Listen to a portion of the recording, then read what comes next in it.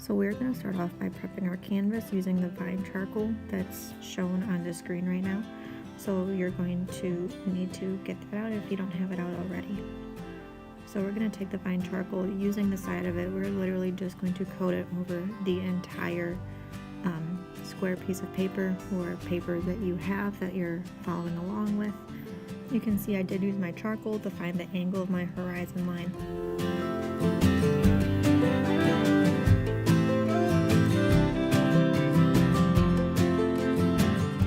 And now I'm going in and I'm blocking in the sphere itself. It doesn't need to be perfect. We are going to end up refining this a whole lot more. This is just setting in the general area where I think that it should lie on my page.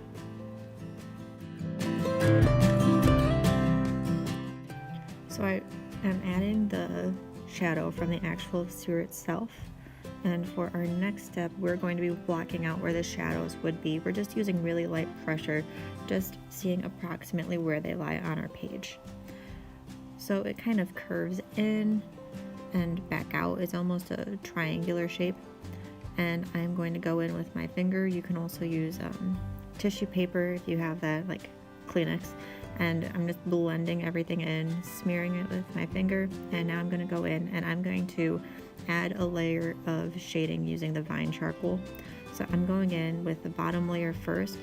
When you use your finger, it does pick up a little bit of the charcoal, so it's okay if it's not perfect as it is on the reference image itself.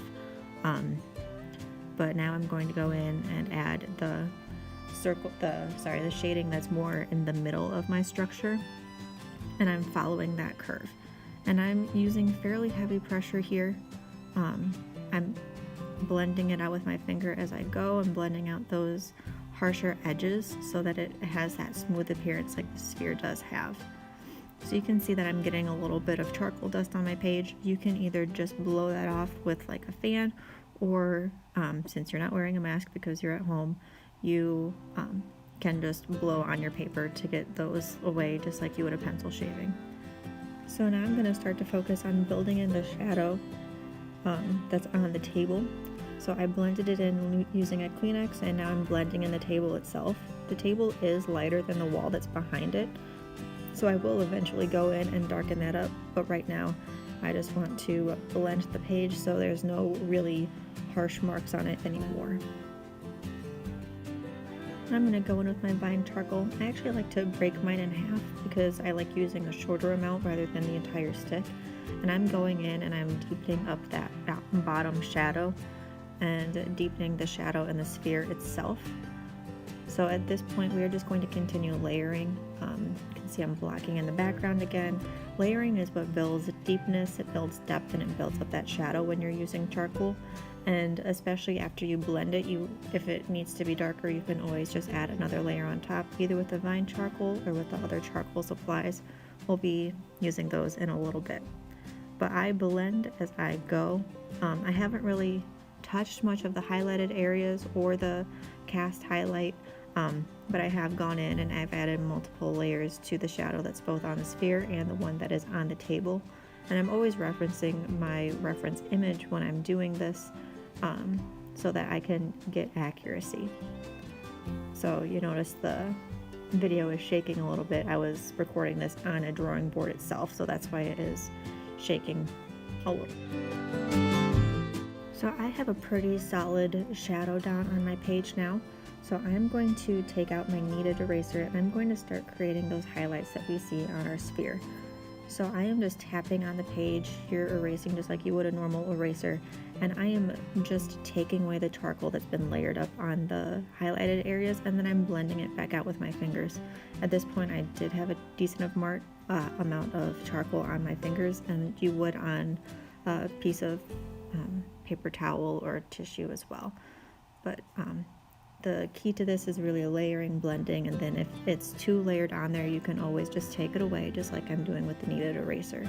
In between using a kneaded eraser, you can mush it kind of like you would silly putty to incorporate, just like that, to incorporate the charcoal back into the eraser, and it becomes usable again. And you're going to do that if you notice that it starts to make dark streaks on your paper. So So I'm going in and I am adding the highlight that is reflecting off of the table. That's the reflected light, and I am blending it so that I don't have any harsh lines on my paper. Now that I've taken away some charcoal, it's time to add some back on there. I'm going in again with my vine charcoal, and I'm really just using heavy pressure in the areas where my shadow is really dark so that I can layer up the charcoal in that areas. This is in the darkest area of shading. I'm really not focusing on those mid-tones anymore, and I'm just getting that curve in, and I'm going in and I'm blending it with my finger. Again, you can also be using a Kleenex tissue paper for this step. This really helps just blur the lines. So I've reached the tone I can get with the vine charcoal. I'm going to be moving on to charcoal pencil now. So I'm going to be using the extra soft charcoal pencil. This is a little bit more compressed than the vine charcoal itself, but it will get me those deeper tones than the vine charcoal would. So with charcoal pencil, you want to make sure that you're using a sharp pencil, and you also want to be using the side of the charcoal, but you don't want to have any sharper edges with the wood because that could scratch your paper, and that would be hard to get away even with an eraser, just like in a normal drawing.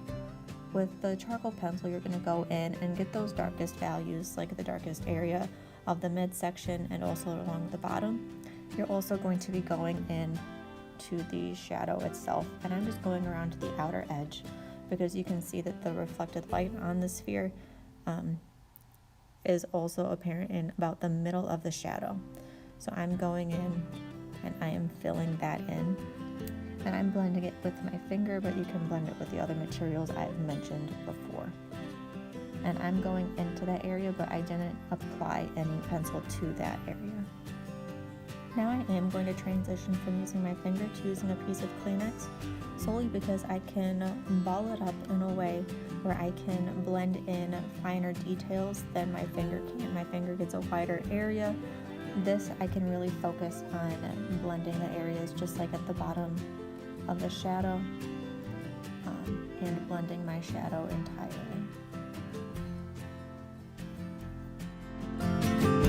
I'm going to transition to using my medium level of charcoal pencil. I've already created great tone with using the extra soft, but this is just going to hopefully focus. I gave up. It's going to create just more depth in our composition. We are going for realism here, so we do want as much depth in our project as we can possibly get. So I'm going into those really shadowed areas, and then I'm also beginning to define the edge of my my sphere itself. It's okay that these are a little bit harsher lines because they will get blended out eventually. Not as easily as with the vine charcoal, but it will get blended out.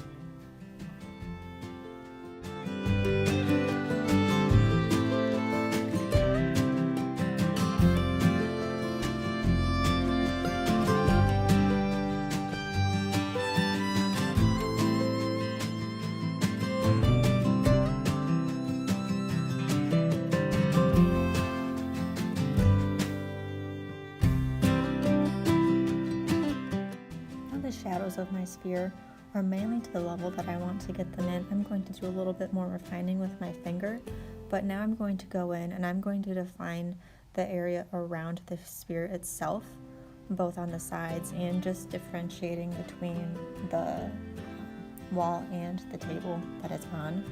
I'm going to be doing this with the kneaded eraser. You can pinch the kneaded eraser to work in your favor, just like you can just mold it. I'm lightening up my table because my table is a lot lighter than the background on my reference image.